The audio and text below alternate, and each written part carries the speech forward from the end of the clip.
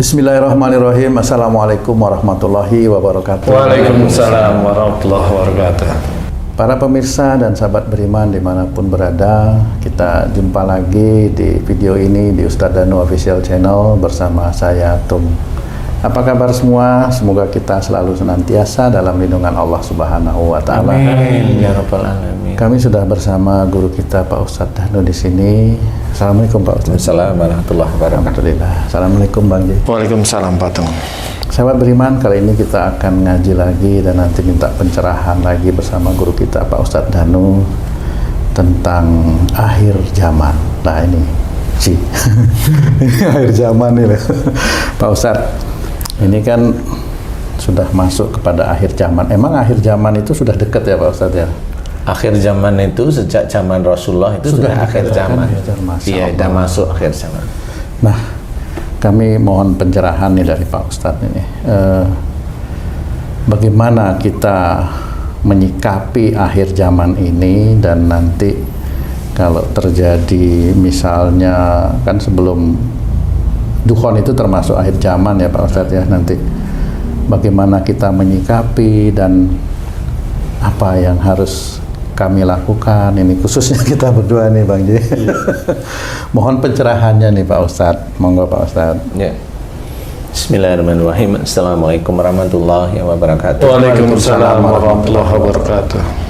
Amin ya rabbal alamin. Alhamdulillah. Sebenarnya yang harus kita sikapi itu tidak akhir zamannya. Sejak zamannya Rasul itu sudah akhir zaman. Cuma akhir zaman yang lebih dekat dengan kiamat. Nanti yang ada namanya Dukhon, yaitu bertebaran debu-debu di langit, kan gitu ya. Dukhon itu muncul, debu itu tidak muncul tiba-tiba, tidak.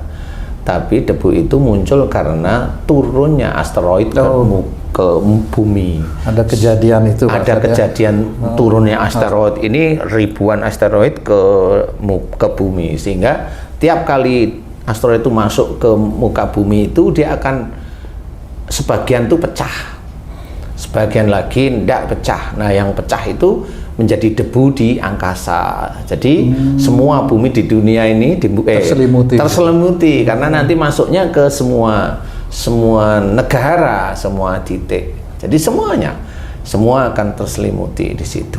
Nah, di kondisi itu jelas listrik mati karena memang yang asteroid ini dipilih oleh Allah Ta'ala asteroid yang bermedan magnet sebenarnya. Jadi itu. Nah, resikonya bagi kita manusia yang ada di bumi itu akan listrik mati. Semua negara pasti akan chaos. Semua negara.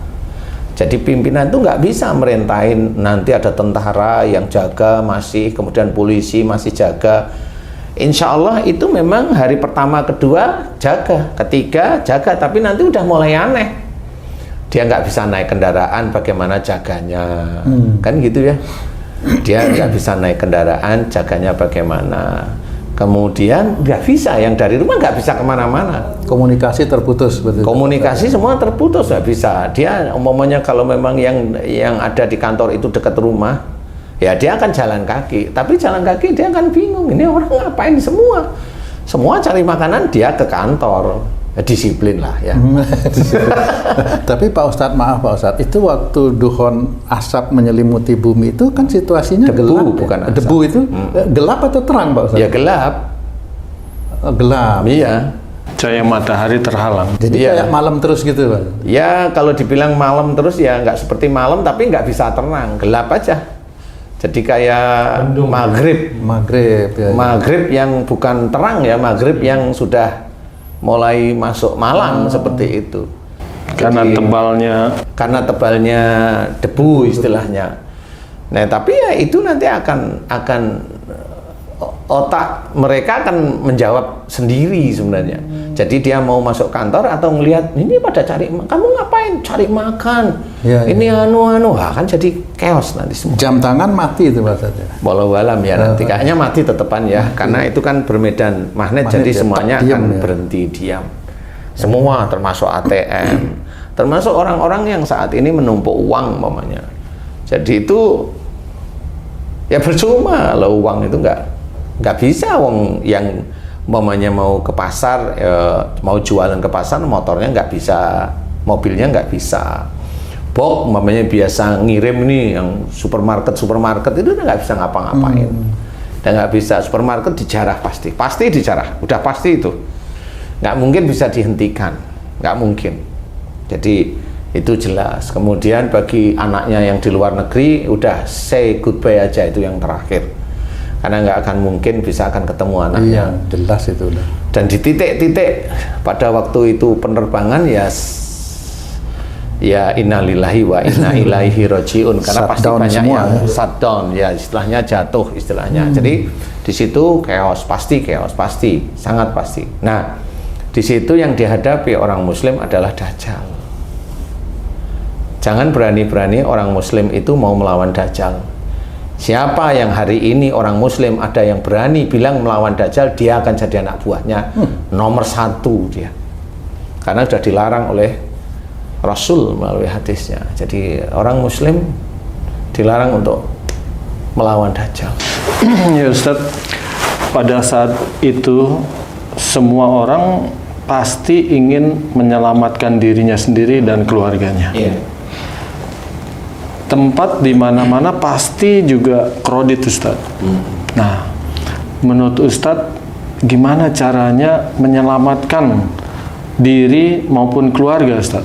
Iya, jadi mulai saat ini memang saya bercerita, coba punya lahan, coba punya tim, lahan dan tim. Kalau mamanya Haji J punya lahan, bisa ditanemin padi. Haji J udah nyiapin bibit padinya. Haji J nyiapin apa aja, pohon di situ, mau nangka kayak, mau durian kayak, pohon. Haji J punya tambak ikan untuk berapa bulan atau berapa tahun. Haji J punya ayam berapa puluh ekor atau berapa ratus atau berapa ribu. Ya, ini Haji J nih. Haji J ada istri, ada anak, ada saudara Haji J yang ikut di situ mengelola lah ya. Pertanyaan saya, kalau di sekitar Haji J itu banyak orang kelaparan, kira-kira orang kelaparan itu hanya cuma liatin ayamnya Haji J gitu? Enggak lah, pasti ngerebut juga. Pasti ngerebut. Nah, di titik itulah seorang Muslim itu akan mempertahankan kehormatan dan hartanya. Serta nyawanya. Nah, taruhannya pasti nyawa. Jelas itu chaos, jelas banget. Nah, disitulah harus ada tim. Tim itu harus menyediakan lahan, di mana di lahan itu ada yang jaga. Yang jaga kalau sekarang itu mirip seperti tentara. Nah, itu yang jaga seperti itu. Harus, dan itu harus dikelola. Kalau enggak bisa. Karena orang akan masuk ke situ, ke lahan itu. Atau ngambil. Nah, di titik pada saat ada lahan, itu pun harus berpikir. Pada saat besok itu panas, jadi tumbuhan seperti padi itu tidak akan tumbuh. Seperti itu. Jadi kalau tumbuhan yang seperti kayak semangka nggak bisa tumbuh dia. Karena dia akan mati dengan panas yang keadaan seperti itu. Nah, yang insya Allah itu masih hidup itu adalah tumbuhan yang berbentuk pohon. Pohon durian. Pohon Maksudnya bukan yang merambat-rambat. Atau pohon perdu-perdu kecil, enggak. Nah, ini saya cerita mempunyai akar dalam. Iya, yang dalam. Pohon kurma, insya Allah masih lah, insya Allah. Nah, yang kuat-kuat. Nah, di situ yang harus dipersiapkan. Dan juga harus ikut bela diri mulai sekarang. Karena kalau besok kalau punya lahan, kalau nggak bisa bela diri, nggak bisa main pedang, nggak bisa main ini, nggak punya panah, ya silahkan. Istilahnya walking dead itu akan terasa benar, tapi bukan walking dead ya istilahnya ya. Tapi istilahnya orang yang hidup yang nanti yang menyerang. Oke, Ustadz tadi Ustadz bilang punya tim. Berarti kan kita kolektif nih. Istilahnya menggabungkan harta dari sekarang itu untuk menghadapi nanti. Nah, tempatnya itu Ustadz tertentu atau semau kita nyari Ustaz? Nggak bisa, ya harus tertentu, harus difikirkan. Kalau dalam hadis bilang panas, ya carilah yang dingin. Harus untuk untuk Meredam panas ya. meredam panasnya itu harus di tempat dingin. Kemudian sepertiga air itu diambil oleh Allah, tumbuhan dan juga hewan ternak itu diambil. Jadi banyak yang mati karena memang nggak bisa makan, salah satunya Panas dan kekeringan. panas, kekeringan, nggak bisa minum, nggak bisa makan. Jadi harus berpikir seperti itu. Jadi istilahnya sumur pompa nggak kepake, bisanya sumur yang pakai tali. Sumur pompa yang kayak merek Dragon itu, pompa kodok. Ya kali masih bisa ya kali ya, tapi ya walau alam ya, nggak tahu ya. Dan itu memang harus disiapin beneran, karena kalau nggak bisa. Itu nggak bisa, harus punya tentara yang memang tega untuk memanah, tega untuk menjatuhkan orang yang memang mau itu.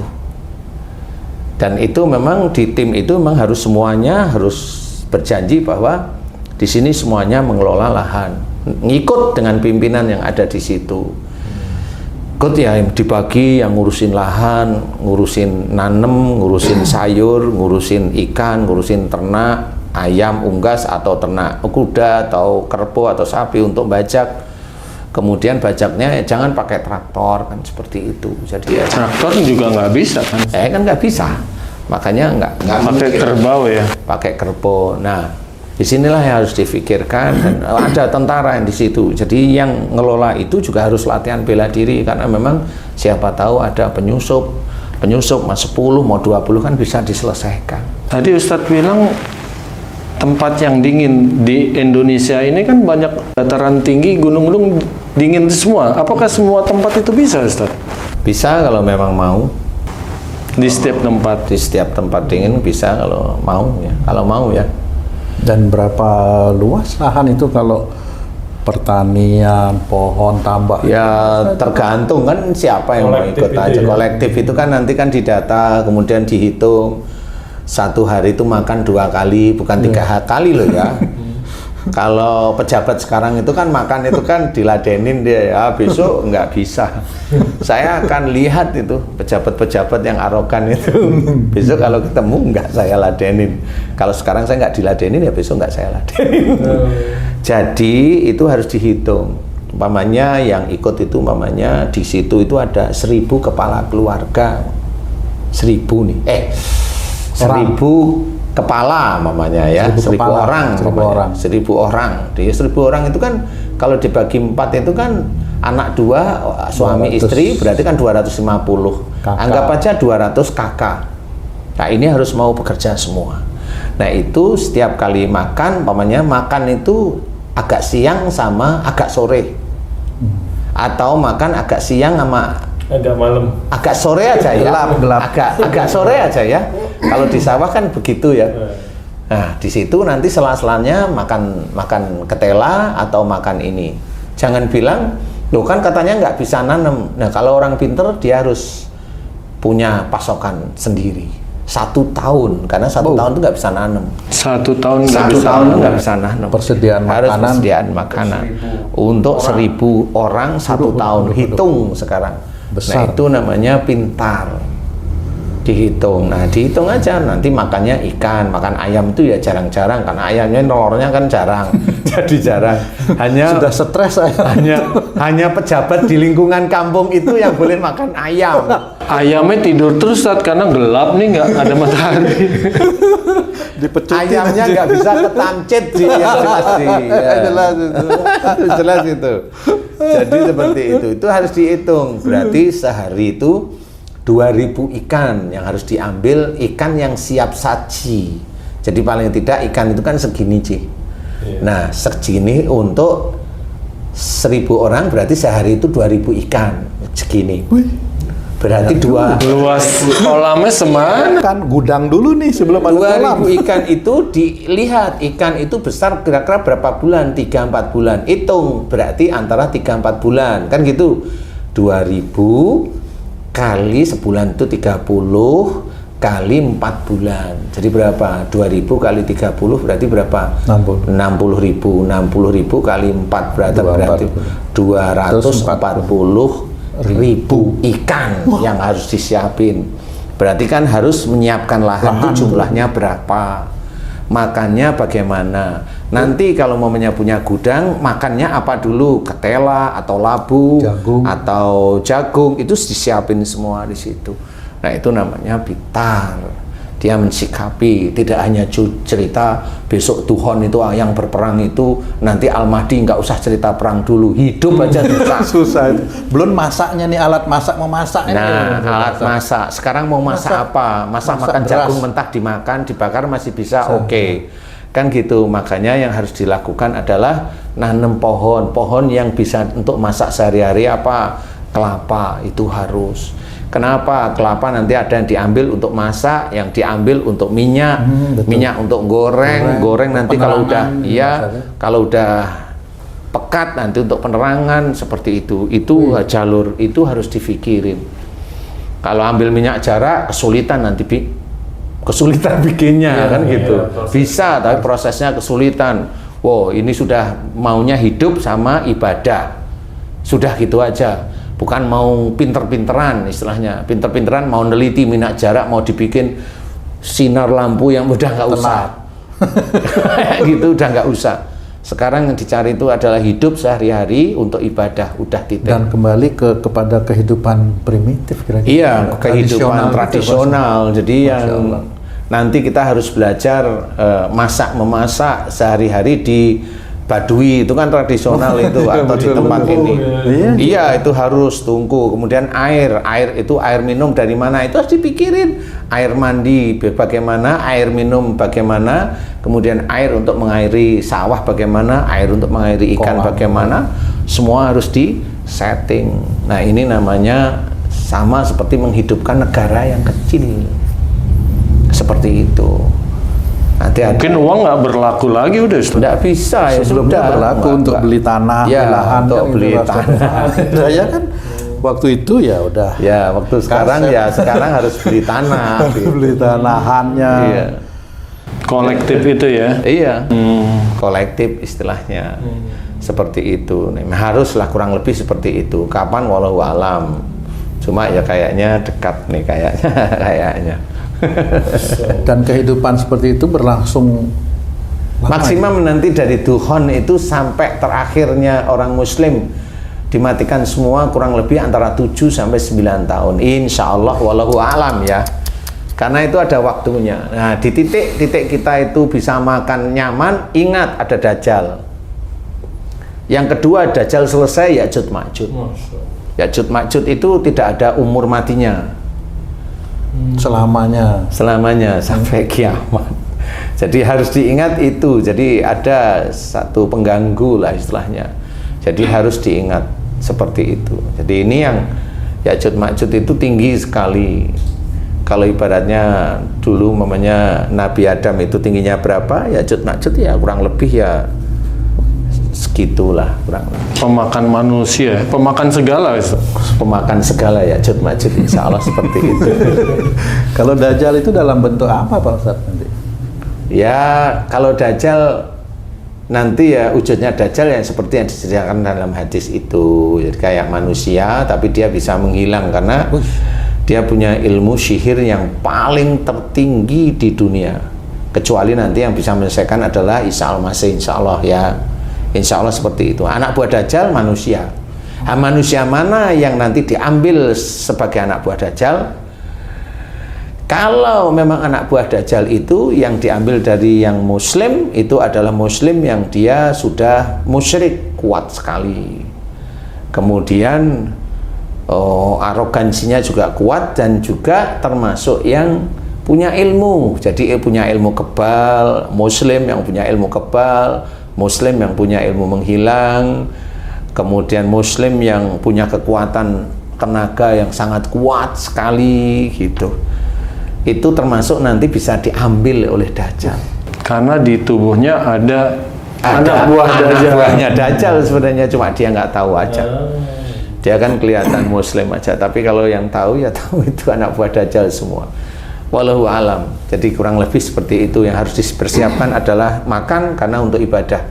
Karena bagaimanapun juga seorang Muslim pun kalau memang kita sendiri kalau di luar bepergian, kita itu yang kita cari adalah gimana cara cari air untuk wudhu dan sholat. Kan kita gitu. sebagai seorang muslim. Nah besok itu kesulitan pasti, karena air nggak akan mungkin didapat. Kalau di kota besar itu ya comberan nggak karu-karuan, seperti itu. Dan sungai itu pasti mulai dikeringkan, dan di situ pasti ya walau alam apa yang akan terjadi di situ. Apakah dia setiap hari minum air terus tidak makan? Dilihat aja, dicoba aja, istilahnya dicoba aja. Dicoba aja, dilihat. Kalau umpamanya kita berpikir itu umpamanya anjing hanya dikasih minum, kemudian kalau dia badannya sudah mulai nggak kuat, kalau ada makanan atau bagaimana, jadi galak nggak dia? Hanya itu, pasti galak. Galak. Manusia itu lebih gila lagi nanti. Jadi kalau dia nggak galak, mati dia urusannya sudah. Karena apa? Tubuhnya bisa disobek-sobek oleh preman-preman yang dia sendiri mudah untuk menggunakan pisau. Karena dia lapar, dia pasti membunuh. Daging yang dikira-kira daging, kayak kamu nih badannya gede nih, ini bisa disisek-sisek. Udah kurus nih Pak Ustadz sekarang. Udah kurus. Itu dilihat oleh besok itu, wah itu enak itu dagingnya itu gitu ya. Pak Ustadz lahannya di mana nanti kira-kira Pak Ustadz? Mau ditanya, udah duluan. Kalau mau daftar juga gimana tuh Ustaz? Kolektif gitu. Kolektif tenaga. Ya kalau lahan nggak usah saya sebutkan. Alhamdulillah sampai sekarang ya sudah beli terus seperti itu. Ya, Berarti hektaran dong Ustaz? ya harus hektaran. Ya minimum itu 150 hektar lah. Dan itu kan uang ya. Ya alhamdulillah, mudah-mudahan saya nggak ciri punya begini aja minta-minta, bukan ciri saya. Karena tangan di bawah itu tidak baik, lebih baik tangan di atas. Itu harus kita pergunakan. Makanya kalau kita mau belajar tauhid lurus ya belajarlah seperti itu. Walaupun umpamanya dakwah ya jangan begini. Bagaimana caranya? Jangan begini. Mudah dikendalikan. Iya, akhirnya nanti akan mudah dikendalikan oleh orang yang ngasih, biasanya seperti itu. Seperti itu. Nah, kemudian kalau kolektif, enggak, saya tidak menerima calon siswa lahan. Calon siswa lahan. Saya tidak menerima siswa itu, enggak, saya enggak. Ya insya Allah mudah-mudahan ini bisa menjadi manfaat ya, mengingat-ingat dukhon, karena ini kalau sudah lalai nanti akan lupa. Sehingga Betul. untuk mengingat dukhon itu sebenarnya adalah mengerjakan ketauhidan yang lebih kuat kepada Allah Ta'ala. Iman dikuatkan, ketakwaan dikuatkan, amal soleh dikuatkan, belajar untuk tidak ujub, riak, sombong, apapun bentuknya. Insya Allah ya, wallahu alam. Baik, terima kasih banyak Pak Ustadz pencerahannya. Mudah-mudahan ini bisa bermanfaat buat meningkatkan keimanan dan ketakwaan kita semua, khususnya bagi diri saya dan keluarga. Sahabat beriman, demikian pencerahan dari guru kita Pak Ustadz Danu mengenai dukhon. Nanti detailnya mungkin kita akan bicara lagi di video-video yang lain. Mudah-mudahan ini bisa bermanfaat. Terima kasih atas perhatiannya. Wassalamualaikum warahmatullahi wabarakatuh. Waalaikumsalam warahmatullahi wabarakatuh.